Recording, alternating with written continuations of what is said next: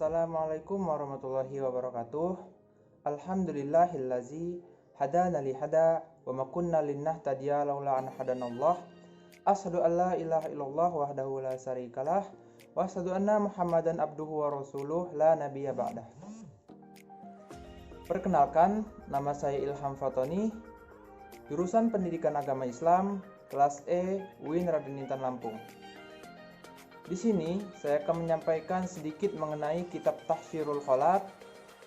Baiklah, langsung saja kita akan membahas identitas kitab Tahsyirul Khalaq ini terlebih dahulu.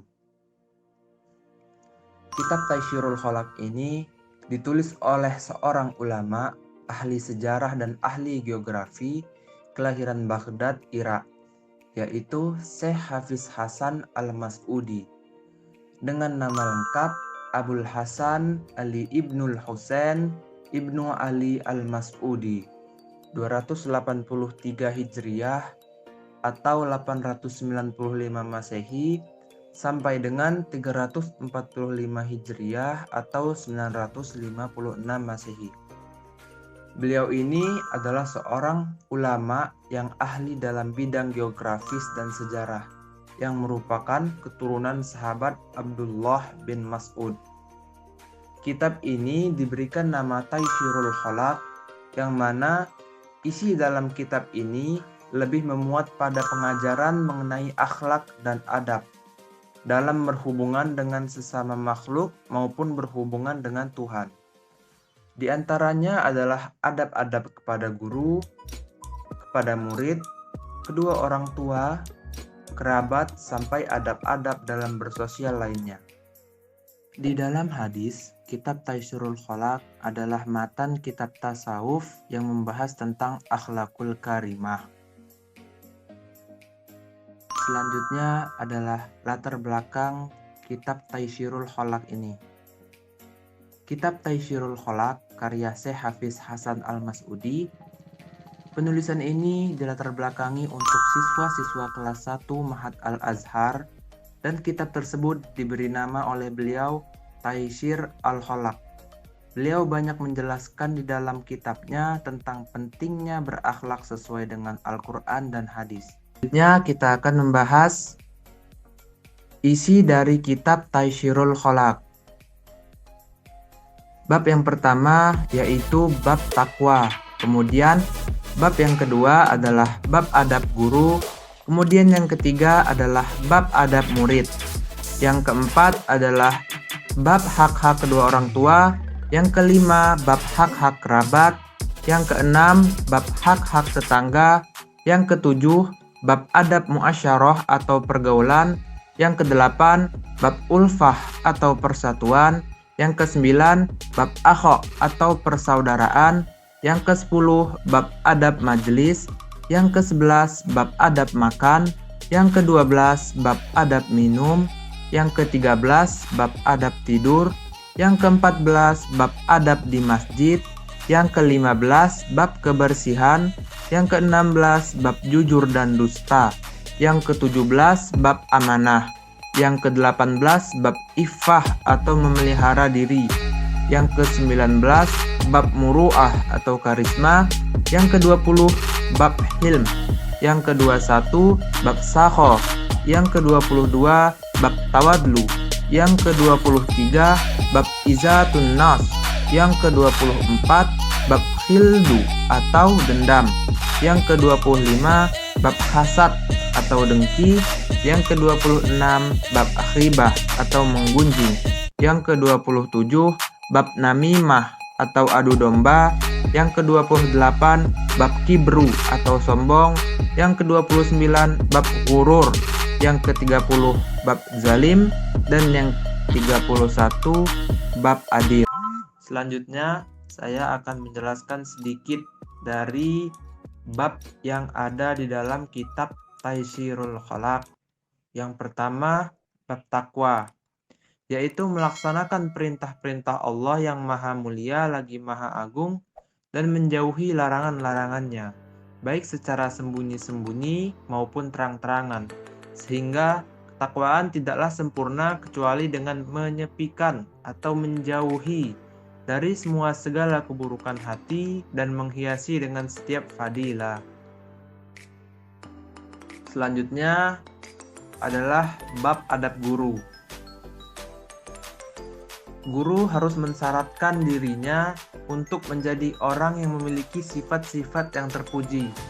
Karena sungguhnya ruh murid lemah dinisbatkan atau dibandingkan dengan ruhnya.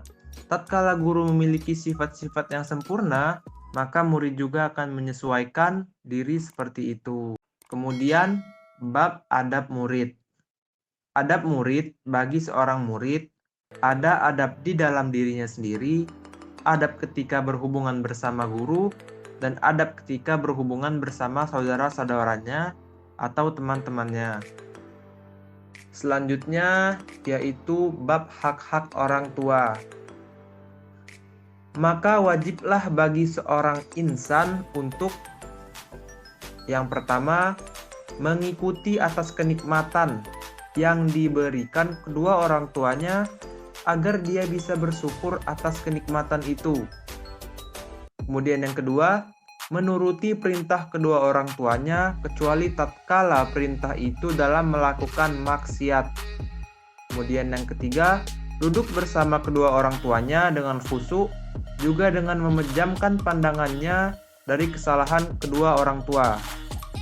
Kemudian selanjutnya, tidak boleh menyakiti kedua orang tua meskipun dengan kata-kata uffin. Selanjutnya, tidak boleh memperpanjang perdebatan dengan kedua orang tuanya. Dan masih banyak lainnya.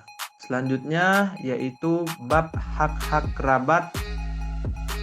Nabi SAW bersabda, Yaqulullahu ta'ala, Ana rahmanu wa hazihir rahimu, istaqaqtu lahas ma minal ismi. Faman wasolaha wasoltuhu wa man qata'aha batattuhu.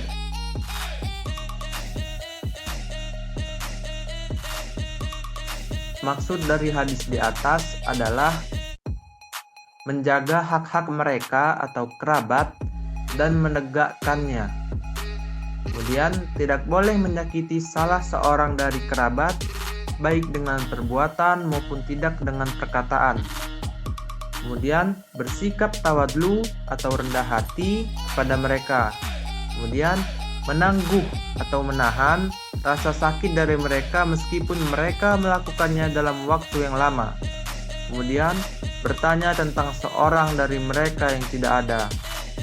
Kemudian membantu mereka di dalam ketercapaian pada kebutuhan-kebutuhan mereka jika mampu.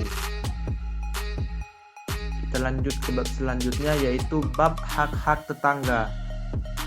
Tetangga adalah orang yang rumahnya berdekatan dengan rumahmu sampai 40 rumah dari setiap arah penjuru. Maksudnya dari kanan, kiri, depan, belakang, itu 40 rumah.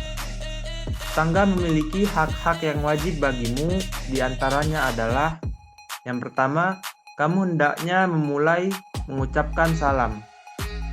Kemudian, kamu berbuat baik kepadanya. Kamu hendaknya membalas kebaikannya ketika dia memulainya kepadamu.